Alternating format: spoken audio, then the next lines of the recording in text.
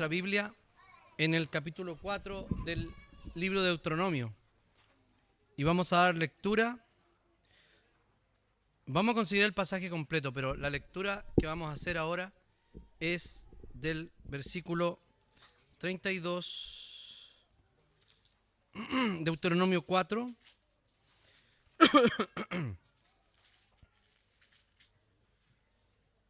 Deuteronomio 4, del 32 al 40. Dice así la palabra del Señor. Pregunta ahora si en los tiempos pasados, antes que tú vivieras, o desde el día que Dios creó al hombre sobre la tierra, si de un extremo al cielo al otro ha ocurrido algo tan grande como esto, o se supo de algo así. ¿Acaso algún pueblo ha escuchado la voz de Dios hablarle desde el fuego, como la has oído tú, y seguir con vida?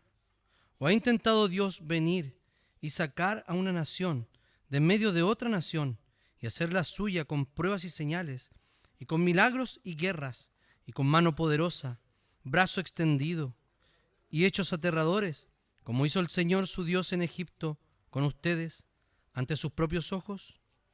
A ti, Israel, te ha mostrado esto para que sepas que el Señor es Dios y que no hay otro Dios fuera de Él. Desde los cielos te hizo oír su voz para enseñarte. Sobre la tierra te mostró su gran fuego y en medio del fuego has oído sus palabras. Fue tal su amor por tus padres que los escogió a ustedes, la descendencia de ellos, y con su presencia y gran poder los sacó de Egipto, y delante de ustedes expulsó a las naciones más grandes y fuertes que ustedes, para introducirlos en la tierra de la que hoy les da posesión. Israel, aprende y reflexiona hoy en tu corazón que el Señor es Dios, lo mismo arriba en el cielo que abajo en la tierra, y que no hay otro Dios. Cumple con sus estatutos y mandamientos, los cuales hoy te ordeno cumplir, para que te vaya bien a ti y a tus hijos después de ti, y prolongues tus días sobre la tierra que el Señor tu Dios te da para siempre. Oremos. Bendito Señor y Padre nuestro, te damos tantas gracias por hoy día, Señor, estar acá, por tu palabra, por tenernos, Señor, aquí y poder escucharla, Señor. Te pedimos en esta hora que tú nos asistas con tu Espíritu Santo, ilumines, Señor, nuestra mente, nuestro corazón para comprender las Escrituras. Te pido, Señor, que nos hables hoy día, así como le hablabas también a tu pueblo. Oramos en el nombre de Jesús. Amén. Bien, vamos ya en el capítulo 4, no tan avanzado, ¿cierto? Y de hecho tenemos otro paréntesis ahora ya, en mayo no sé hasta cuándo, probablemente a fines de junio, un paréntesis de una serie sobre, no va a ser explícitamente o exclusivamente de familia, sino de familias y relaciones personales, ¿ya? Así que ahí, ¿por qué lo hacemos en mayo? Porque mayo es el mes internacional de la familia, creo. Sí es. Entonces, este sermón lleva por título Ver al invisible. Estoy sin mis lentes de lectura, así que voy a buscar una distancia apropiada. Bien, ya ellos están escuchando las últimas palabras de Moisés, el pueblo, pero ya dijimos que no es el mismo pueblo que sale de Egipto, sino que es un pueblo nuevo, un pueblo que está menos maleado que sus padres. Y recuerden que a sus padres se les dijo que no iban a entrar, y solo los veinteañeros iban a entrar a la tierra prometida, y los únicos que iban a entrar aparte de ellos más grandes era Josué y Caleb. Entonces ellos habían creído en Dios, que Dios les iba a dar la tierra. ¿Por qué? Porque siempre Dios se refirió a la posesión de la tierra como un hecho consumado. Como no es la tierra que yo les voy a dar, siempre es la tierra que les daré, la tierra que les doy, ¿cierto? Eso ya lo tenemos muy claro. ¿Por qué? Porque ya estamos terminando nuestro 5.º año viendo el Pentateuco y ya vamos en el 5.º libro del Pentateuco, o sea, el Deuteronomio. Deuteronomio está repitiendo, está diciendo cosas de nuevo, está tratando de traerle al corazón al pueblo para que ellos, al entrar en la tierra prometida, vivan como el pueblo que Dios quería que vivieran. Nosotros a veces idealizamos a Israel como un pueblo súper obediente, como un pueblo, no, es que ellos escucharon la voz de Dios, vieron los portentos de entregar los 10 mandamientos en el monte, y es espectacular lo que vieron, entonces era un pueblo súper bacán. No, eran los más porfiados que todos. O sea, todos vivían en relación con sus propias creencias religiosas. Todos los pueblos alrededor vivían según los principios de sus creencias. Pero sin embargo el pueblo se dejaba influenciar y se descarriaba permanentemente. Cuando en 2028 veamos Jueces, ustedes vamos a poder ver juntos ese caso, cómo se portaba Israel. Entonces, Israel ya está en las llanuras de Moab, el desierto ya está detrás, ya habían pasado todo, pero aún no entran en la tierra prometida. Están en ese momento decisivo de una nueva etapa que se les abre, ¿cierto? Y debían hacerlo bien. El corazón en una etapa nueva se queda expuesto. ¿Qué quiero decir con esto? Cuando uno va a tomar un nuevo camino en la vida, tiene que exponer su corazón. Tiene que abrir qué realmente hay allí. Y ellos debían examinarse en qué parada estaban respecto de Dios y respecto de las creencias, o más bien dicho, de las ordenanzas que Dios les había dado, y qué iban a hacer cuando entraran a esta tierra prometida, que era muy variada y muy ofertona, en el sentido de que había muchas ofertas ¿cómo decirlo?, de religiones. Un pastor amigo de Brasil siempre hablaba de esto y decía, tanto Canaán como hoy día es un patio de comidas del mall. O sea, uno entra y ¿qué hace? Vamos a comer acá. ¿Algún papá? Bueno, sé que hay papás así, como yo, por ejemplo. Vamos a comer aquí, punto. Pero a veces, cuando los niños están más grandes, uno dice, ¿y aquí quieren comer? Y los niños van a comer ¿qué cosa? Cualquier cosa, ¿cierto? Lo más barato, cualquier cosa. ¿Me traen más agua, por favor? Y nosotros, el papá, la mamá, no sé, comida aquí y allá. ¿Por qué? Porque hay una posibilidad de elegir el local donde uno quiera comer. Hoy día es así. Hoy día la oferta religiosa y de creencias es muy variada. ¿O no?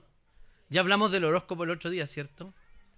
Y uno podría a veces sentirse tentado cuando no sabe exactamente la voluntad de Dios, la voluntad decretada de Dios. O sea, lo que Dios tiene para el futuro. Nos vemos tentados a ver si alguien nos puede echar una manito, por si acaso. Eso es oculto para nosotros. Entonces, y es pecado además. Antes de cruzar, Moisés no les está entregando una estrategia militar, cuando es lo más probable que debería ser. Se van a enfrentar con estos pueblos y ustedes van a tener que pelear con ellos. ¿No es así? Eso era, porque la tierra no estaba vacía. Voy a terminar tomándome el vino si no me traen agua. La tierra no estaba vacía. La tierra estaba ocupada por pueblos paganos. Entonces, lo que debían hacer era pelear por la tierra. El Señor siempre iba delante de ellos, pelear por la tierra. ¿Y qué iba a pasar? El Señor ya se las había dado, entonces tenían que hacerlo con fe, con naturalidad de que Dios estaba con ellos. Muchas gracias, Joel.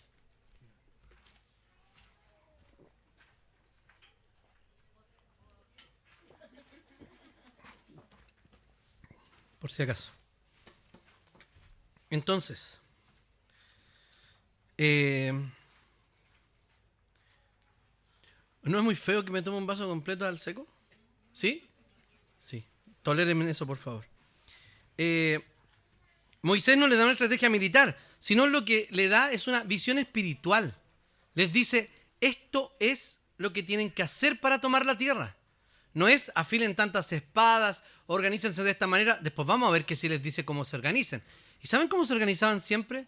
¿quiénes iban adelante siempre? Habitualmente, los levitas, con el arca y los músicos. Es como tirar al choque al orfeón del ejército. No saben tocar su instrumento, pero eso era porque alababan a Dios. Entonces, el gran problema de Israel no era los enemigos que tenían por delante, sino que qué iba a pasar con su propio corazón cuando ellos entraran a la tierra prometida.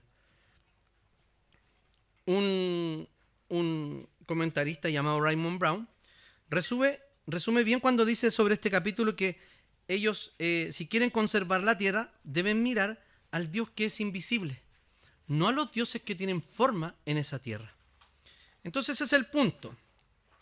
En Canaán habrá imágenes, altares, cultos seductores y dioses visibles, como en un patio de comida. ¿Sí? Comer de todo. Mexicana, china, sushi, lo que usted quiera. Se le abre el apetito ya. ¿Cierto? ¿Qué más? ¿Qué quiere comer usted? ¿Alguien quiere elegir otra cosita? Gracias, Joel. Entonces tenemos una variedad de comidas que podemos elegir. Y ahí había una variedad de dioses que podían escoger. Entonces, el pueblo en esta elección no debía vivir como ese pueblo, sino que siendo el pueblo del pacto, no vive por la vista, sino que vive por la fe. No vive por una imaginación religiosa de lo que piensa que es Dios, sino exclusivamente por revelación divina. Y es ahí la gran diferencia. Porque no miran y creen, no se imaginan y conocen a ese Dios. ¿Por qué? Porque ese Dios invisible se manifiesta, se hace presente y visible en otras cosas, en actos y portentos que Dios hacía. Y en el otro caso, en términos revelacionales, es una autorrevelación de Dios. O sea, Dios tanto en sus actos como en sus palabras revela quién es, revela sus atributos. ¿Sí? Entonces pasemos a los 3 puntos que vamos a mirar hoy día. Les llama a obedecer la palabra de Dios que da vida. En el 4.1 dice, ahora Israel escucha los estatutos y decretos de Dios. Moisés comienza así. Les dice, hey, escuchen. Los manda a escuchar. Esa palabra Shema, que ya la había explicado, no es cualquier palabra. O cuando dice, a ver, cuando ustedes dicen a sus hijos, escúchame bien. Wow. O a su esposo, ya. Escúchame bien. ¿Qué viene después de eso? Prepárate. Quiero que me pongas mucha atención con lo que te voy a decir. La palabra escúchame no tiene ese sentido aquí, sino que no es como parte de una amenaza habitualmente para que nos pongan atención, sino que es un llamado a poner atención. No parte con lo que Israel tiene que inventar para agradar a Dios como una especie de descubrimiento religioso, sino como algo que Dios les ha dado. Escúchame, pon atención. En lo que Dios les habla, no en lo que ellos creían o, si bien dijo, lo que creían que era Dios. Entonces esa palabra escucha tampoco es un oír meramente poner atención así. Pónganme atención, por favor. A mí los profes cuando decimos, yo me dediqué a ser profe mucho tiempo, cuando decimos, póngame atención, por favor. Como pastor también lo hago, perdón. Y todos se asustan un poco, o deberían, por lo menos. Entonces yo le digo, escúcheme, por favor. La gente está escuchando y se pone como con cara de escuchar, por lo menos. En Deuteronomio, escuchar quiere decir recibir la palabra con disposición a obedecer. No se trata de escuchar, en Deuteronomio no se trata de escuchar información religiosa. Se trata de una palabra que demanda una respuesta. Que escúchame, te voy a decir algo y tú vas a responder en torno a esto. Pero nunca es la idea de escúchame bien. No es esa idea, como parte habitualmente en nuestro idioma, una amenaza. Este escritor, Raymond Brown, lo resume diciendo que el pueblo debe escuchar, enseñar, seguir y guardar lo que Dios le ha dicho. ¿Sí? Entonces le dice que tiene que no solo escuchar los estatutos, sino también la otra palabra que usa es guardar. Guardar la palabra. Y guardar la palabra no es archivar la palabra de Dios. No es como, o ni siquiera es memorizarla, aunque deberíamos memorizarla.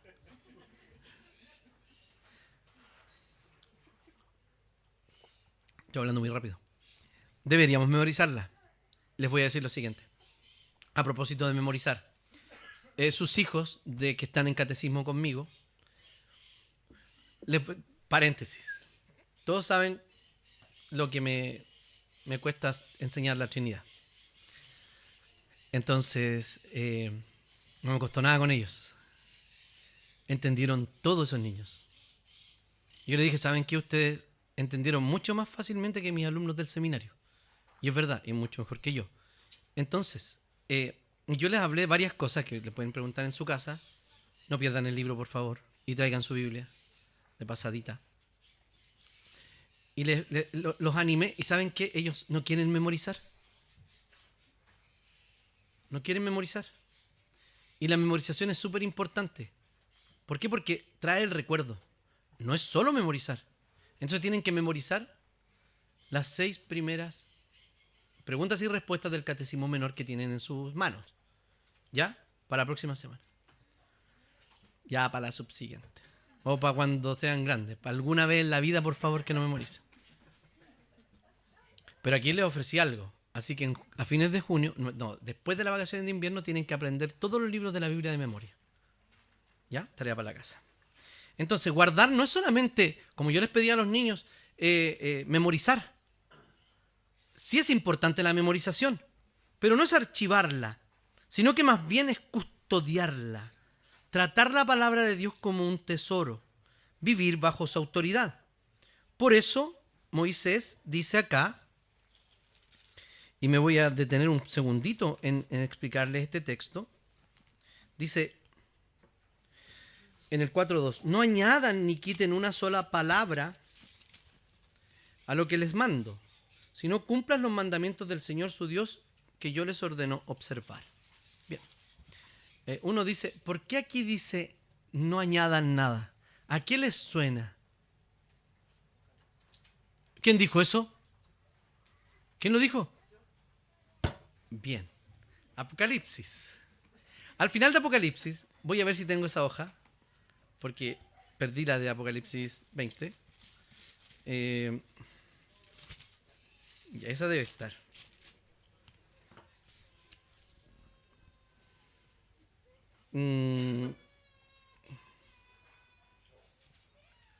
Creo que no. Creo que no tengo. Dice lo mismo, pero dice, no añadan ni quitan nada a la palabra de esta profecía. ¿Sí? Pero uno le parece más lógico eso porque eso está al final del último libro de la Biblia y el último revelado. El último escrito por ahí por el año 100 después de Cristo. ¿Sí? 90 y tanto después de Cristo. Eso nos parece lógico. Pero ¿por qué Moisés dice, con palabras de Dios, en el 4.2 de Deuteronomio, que no deben agregar nada a estos mandamientos, a estas cosas que yo les digo? Pero se añadió ¿qué? Todos los libros históricos, todos los profetas, todo lo que conocemos en la Biblia, los libros poéticos, tales como Salmo, Eclesiastés, Proverbios, Cantar de los Cantares, etc. ¿Por qué pasó eso? ¿A alguien se le ocurre? ¿Alguien dijo sí? Hetza. Porque Dios le está diciendo, o sea, Moisés le está diciendo que no le añadan a lo que él le está enseñando de la palabra del Señor. Entonces, ¿cuál es la conclusión lógica? Que todo lo que fue escrito y revelado por Dios está basado en ¿qué? ¿O no contradice qué? La ley moral de Dios. O sea que nosotros podemos encontrar en el Pentateuco, Génesis, Éxodo, Levítico, Números y Deuteronomio, la ley completa. Y eso, les voy a explicar, en los libros históricos, vemos cómo ese pueblo falla en ese pacto y el Señor los disciplina y los restaura. Cómo se adora ese pacto y la palabra de Dios en los salmos, proverbios, etc. Y cómo los profetas llaman al pueblo ¿a qué? A guardar la ley y a ser fieles al pacto con Dios. ¿Y Jesucristo qué hace? Sobre todo en el Sermón del Monte. Actualizar. Pero no actualizar en el sentido de actualización cambiando. No. Sino les interpreta correctamente los 10 mandamientos. Y Jesús dijo, yo no vine a abolir la ley, sino a cumplirla. Y a cumplirla en dos sentidos. A cumplirla moralmente, porque Jesús no pecó. Y también a cumplir en su vida, en sus actos, en todo lo que de él estaba escrito. Entonces Jesucristo es el centro de todo. El guardar entonces no es meramente archivar, sino custodiar. No añadan nada. La obediencia verdadera es esa, la que toma la palabra de Dios y la obedece. Y el pueblo habitualmente no lo hacía. La obediencia sería también testimonio para las naciones. Iban a ver la inteligencia y la sabiduría de ellos. No era una obediencia ciega, sino una obediencia a la luz.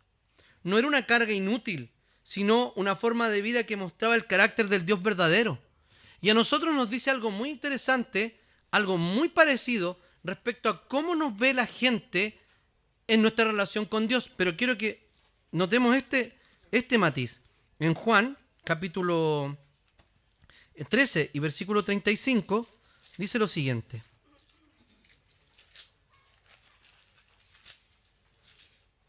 También, entrenen a sus hijos con buscar en la Biblia, ¿ya? 13:35. Dice así. Voy a leer desde el 34. Que fíjense lo que dice Jesús, tiene todo que ver con esto. Un mandamiento nuevo les doy. ¿Nuevo en qué sentido? Que se amen unos a otros. Esto ya estaba. Jesús estaba interpretando correctamente la ley.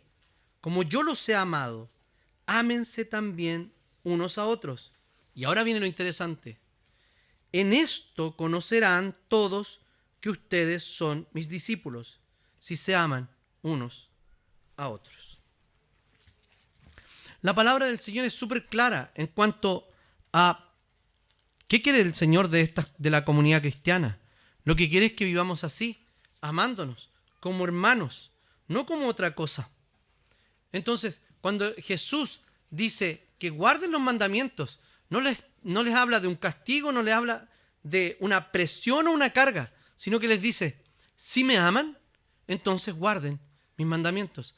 El guardar los mandamientos de Dios viene del amor que tenemos por Dios, necesariamente.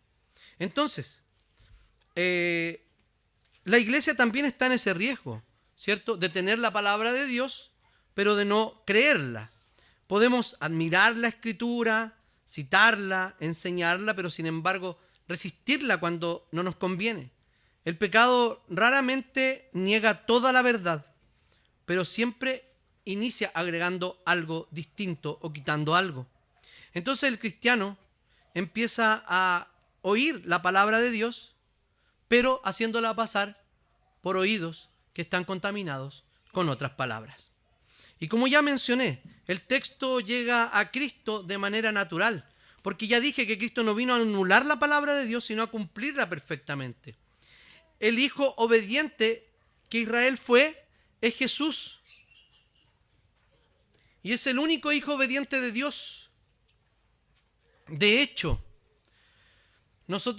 a nosotros se nos ha imputado, se nos ha puesto encima la obediencia de Cristo. Díganme, ¿cuántos de ustedes hoy día en la mañana ya pecaron?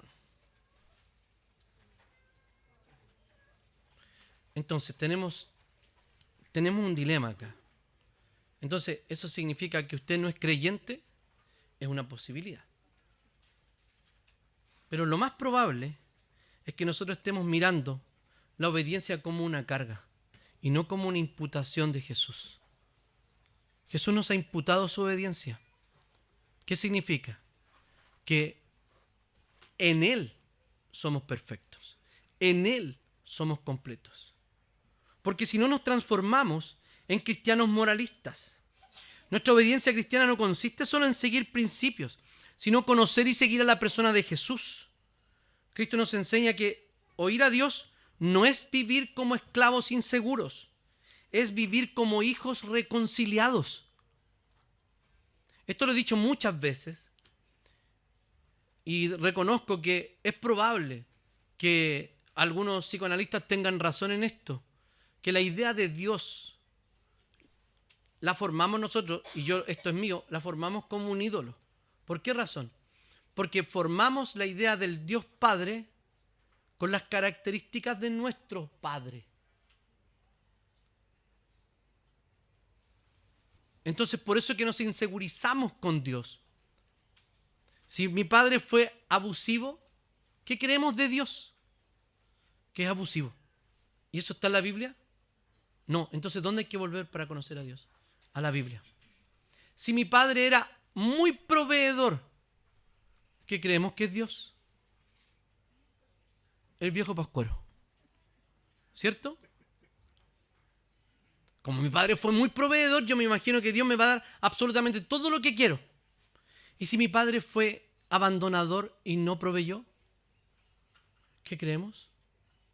Que tenemos que llegar a cierto nivel para que Dios provea y sustente nuestra vida. Entonces, ¿qué tenemos que hacer? Sacar esa figura paterna que tenemos, mal hecha. Ya vamos a ver que es un ídolo. Cristo entonces nos habla o escribe esa palabra en nuestro corazón para que la obedezcamos. No como una mera conducta interior, sino nacida totalmente de la fe. En segundo lugar, guárdate de fabricar sustitutos del Dios Santo. En el versículo 12, del mismo capítulo 4, al 15 dice así. Habló entonces 12.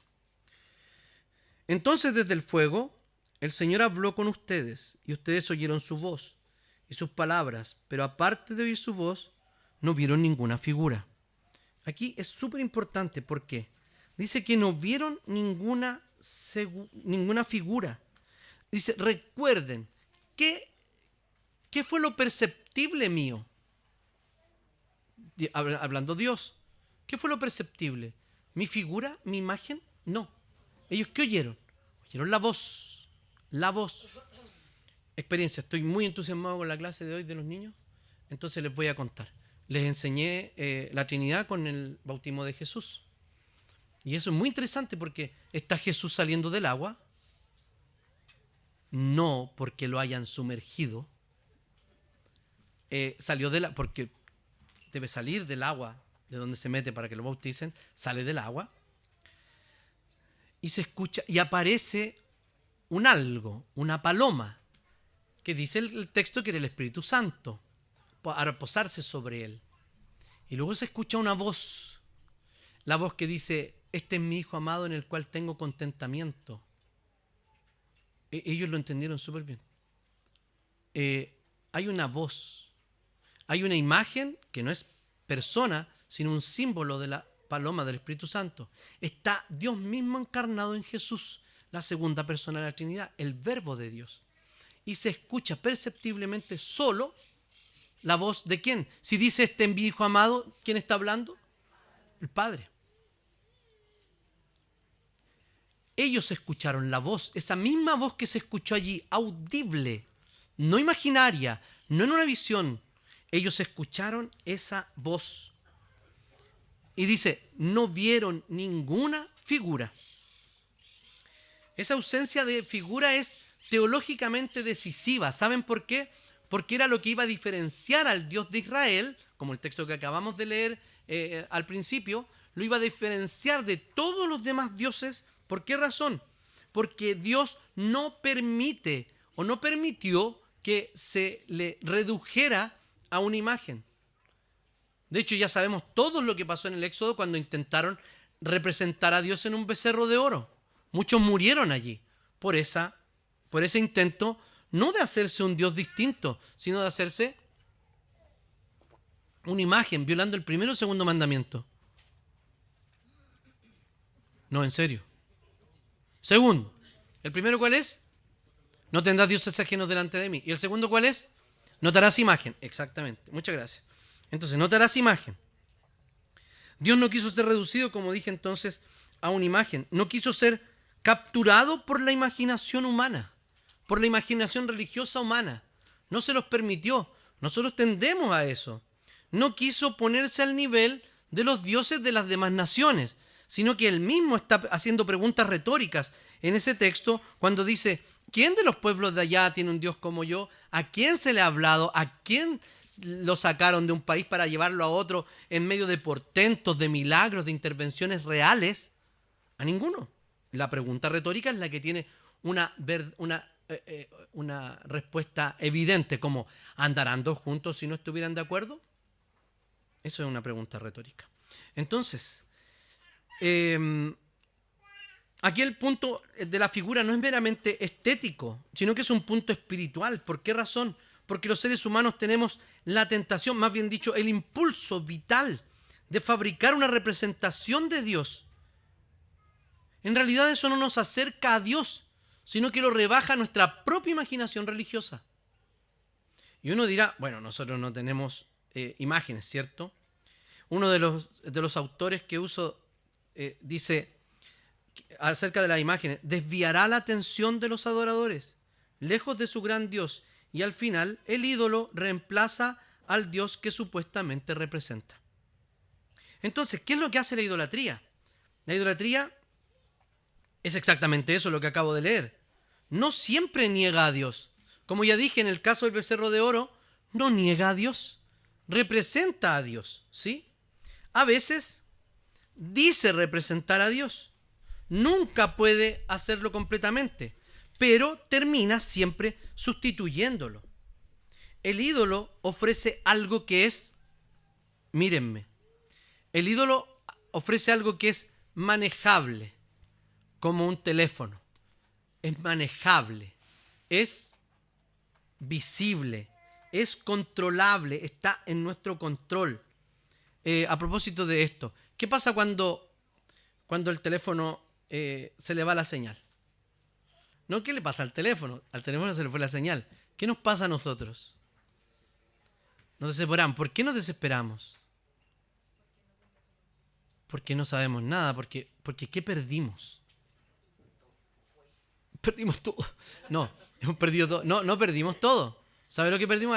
Algo clave en el ser humano. Hemos perdido el control. Cuando no sabemos qué pasa, cuando no nos podemos comunicar, y nos angustiamos o nos ponemos muy ansiosos porque hemos perdido el control.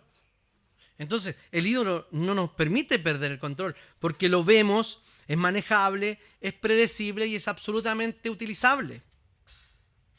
El Dios vivo, en cambio, es santo, libre, soberano e invisible. No se ve. Entonces, la tentación que ellos tendrían en Canaán era precisamente esta: dejar a Dios para adorarlo al estilo de los cananeos. La idolatría no siempre adopta una forma de negación frontal al Dios vivo. De hecho, en nosotros no es así. ¿Saben por qué? Porque muchas veces toma la forma del Dios vivo, conserva el nombre del Dios vivo, pero está relleno con nuestros propios deseos y con nuestras propias ideas acerca de Dios. Entonces es como, claramente, este es Dios, pero este es el cojín. Y aquí voy a meter todos mis deseos porque eso realmente para mí es Dios. Entonces, eso sigue ocurriendo. Nosotros nos alegramos y nos jactamos y decimos: no somos católicos romanos ni ortodoxos que hacemos imágenes y adoramos imágenes. No, es verdad, no adoramos imágenes. De hecho, nuestras iglesias están limpias de cualquier imagen. Pero también hay ídolos que son invisibles igual que nuestro Dios. Se pueden ver, pero los efectos que producen son invisibles. ¿Y cuáles son estos? Por ejemplo, el dinero. el control, el prestigio, la seguridad, la aprobación de los demás, etc. Eso se transforma en un Dios. ¿Por qué razón? ¿Cómo detectamos? Cuando una de esas cosas parece que la fuéramos a perder, sentimos que nos morimos. Sentimos que no vamos a poder funcionar sin eso. Que la vida no se puede vivir sin eso. Y eso hemos identificado un ídolo. Entonces, hay cosas muy buenas que nuestro corazón transforma en ídolos. Yo no les digo, dejen de trabajar y no ganen dinero. No. Yo les diría, trabajen y ganen mucho dinero. Mucho dinero. Todo el que puedan. Háganlo. Pero que eso no se transforme en un ídolo. Van a trabajar, si ganan mucho dinero, van a estar equilibrados en cuanto a cómo utilizar el dinero. Van a aprender a dar, van a aprender a administrarlo bien, etc. Porque el dinero que nos da Dios a nosotros no es solo para nosotros. Hay ocasiones en la vida que sí, todo, y quedamos en números rojos. Pero no todo el tiempo la vida es así. Hay periodos. Las situaciones económicas graves tienen ciclos. Pero eso es lo que el Señor nos habla. Entonces, los ídolos invisibles, como ya los mencionamos. Pero también hay visiones de Dios distintas, como hablábamos de esta visión de Padre. Como esta visión de un Dios que nunca conforta. Que siempre está con ojos acusadores, esperando que caigamos. Obviamente lo va a ver en 3 minutos más. Y creemos que Dios está así, vigilándonos, como un vigía. O un Dios que sirve para ayudarme a cumplir metas. O un Dios que jamás juzga y que aprueba absolutamente todo lo que yo hago. Entonces, explotamos un atributo de Dios. Si Dios es amor, entonces súper buena onda y todo bien. O si es juicio, no, el Señor es súper mala onda y todo mal. Dios es tanto amor como justo. Y vamos a ver cómo esto se cumple en la propia persona de Jesús. Todos estos son sucedáneos, sustitutos de Dios. ¿Cómo se cumple en Cristo? Brown dice lo siguiente, uno de los autores. El aspecto más grave de la idolatría contemporánea es que este mundo ya ha recibido una imagen perfecta de Dios en la persona de su Hijo Jesucristo. Ahí está la gravedad absoluta. ¿Saben por qué? La Biblia lo dice, ya lo voy a leer. Y añade lo siguiente: crear un ídolo físico, social o ideológico supone deshonrar y menospreciar o reemplazar al propio Jesús.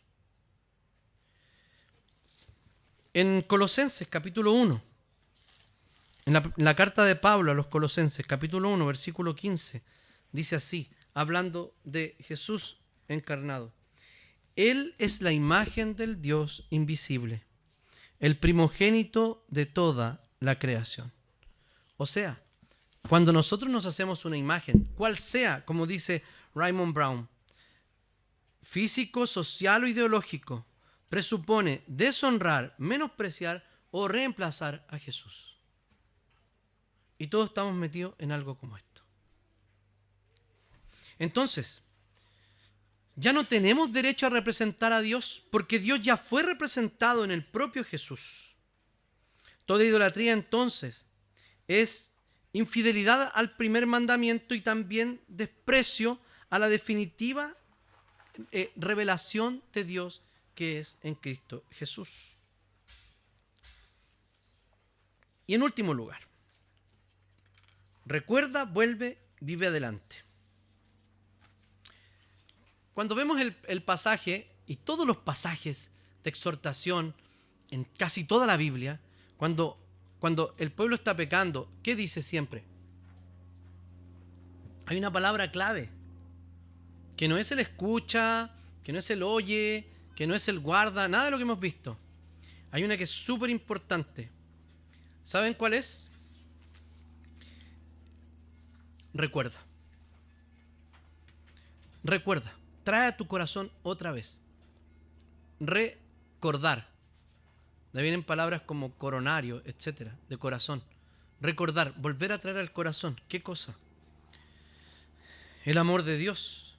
Moisés no está idealizando este pueblo como que va a ser el pueblo perfecto. De hecho, les anuncia cómo van a ser infieles a Dios. Dice, ustedes van a entrar, se van a descarriar, lo dice el texto, se van a descarriar, van a adorar a otros dioses. ¿Y saben lo que el Señor va a hacer? Los va a disciplinar, se los va a llevar a otro lugar y los va a tener por un tiempo allí. Y luego los va a regresar y los va a restaurar y los va a traer de todas las naciones de nuevo a la tierra. ¿De qué está hablando? Para Israel. Está hablando de el cautiverio babilónico. Y el cautiverio babilónico era eso. Era, ellos pecaron, no obedecieron a los profetas. El Señor los tomó y se los llevó. Los disciplinó y los restauró de nuevo a su propio lugar.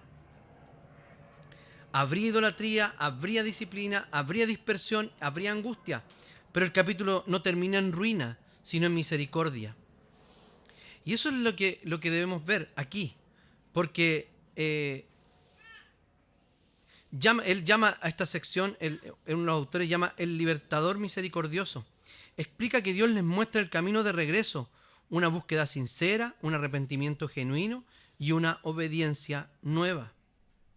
Entonces, cuando nosotros nos damos vuelta e enmendamos el paso, vamos definitivamente a encontrar a Dios. Quienes buscan siempre hallan al Señor. Cuando uno busca al Señor, no se trata de una curiosidad religiosa, no se trata de un gesto apresurado o de una obra que podemos hacer para Dios, sino que dice el texto, el 4:29, lo hallarás si lo buscas de todo corazón y con toda tu alma. Buscar a Dios en ese contexto implicaba volver, reconocer el pecado de orgullo y correr de nuevo al Señor que los había liberado. El 31 dice, porque el Señor es tu Dios misericordioso. Luego Moisés afirma eso. No dice que el pecado no importa. No dice que la idolatría es un asunto pequeño. ¿Pero qué dice? Dice justamente que el Señor nos ama y nos restaura en cualquier tipo de situación. Y por eso podemos decir que un Dios justo no es incompatible con un Dios amoroso. Dios siempre nos ama. Moisés entonces en esta última parte del capítulo les dice, recordar la voz de Dios, recordar el éxodo, recordar que nadie más ha hecho eso que el Señor hizo por otro pueblo. La memoria, entonces, la memoria de la redención sostiene la obediencia presente. El pueblo olvida la gracia cuando termina buscando sustitutos. Nosotros hacemos eso. Un pueblo que recuerda la redención está más cerca de Dios. ¿Por qué? Porque dice el mismo texto, 35 y 39, no hay otro Dios fuera de Él. Y ahí está el clímax, según los escritores, de este pasaje, la confesión, que dice, el Señor es, no hay ninguno fuera de Él. Todo lo que van a encontrar son dioses falsos. El Señor que amó a sus padres es el único Dios y no hay otro fuera de Él. La singularidad y la exclusividad de Yahvé es absoluta. No hay nadie como Él porque los demás tampoco existen. Aquí vemos la conexión con Cristo, vuelve a ser bastante profunda. ¿Saben por qué? Porque Jesucristo, o solo con Jesucristo como mediador, es por quien nosotros hemos vuelto del pecado y hemos vuelto al Dios Santo. Él no vino a suavizar escúchenme bien esto, Él no vino a suavizar el pecado. Él vino a cargar nuestro pecado. Jesucristo no vino a tolerar nuestros ídolos, sino que Jesucristo vino a destruir los ídolos. No vino Cristo simplemente a decirnos que, ¿saben qué? Dios sí es misericordioso, sino que vino a mostrar esa misericordia permitiendo que lo colgaran en la cruz. En Cristo vemos que Dios juzga el pecado y salva al pecador arrepentido. Esa es la cruz de Cristo. En Cristo vemos al Dios incomparable, invisible, hacerse pequeño, cercano, igual a nosotros, para rescatarnos del pecado y de la muerte. En Cristo vemos que la misericordia no es simplemente un sentimentalismo de amor por esa miseria que tiene ese ser humano, sino que es una gracia cara, una gracia costosa, una gracia que vino para entregar la vida. En Cristo escuchamos el llamado a volver, no a una espiritualidad vaga o simplemente formal, sino al Dios vivo y verdadero. Por eso la obediencia cristiana debe nacer de recordar el Evangelio. Obedecer porque recordamos que el Señor nos amó. Guardamos su palabra porque recordamos que Él nos habló. Y renunciamos a los ídolos porque sabemos y estamos seguros de que Él ya nos rescató.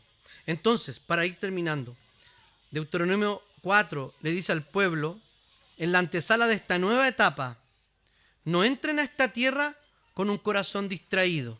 Escuchen la palabra, guárdense de los ídolos, recuerden quién es su Dios. Y eso mismo necesita hoy la iglesia. No basta con comenzar bien. Israel ya había visto tantas maravillas de Dios. Ya había también oído al Señor y había recibido su ley. Aún así, seguían necesitando ser llamados a obedecer.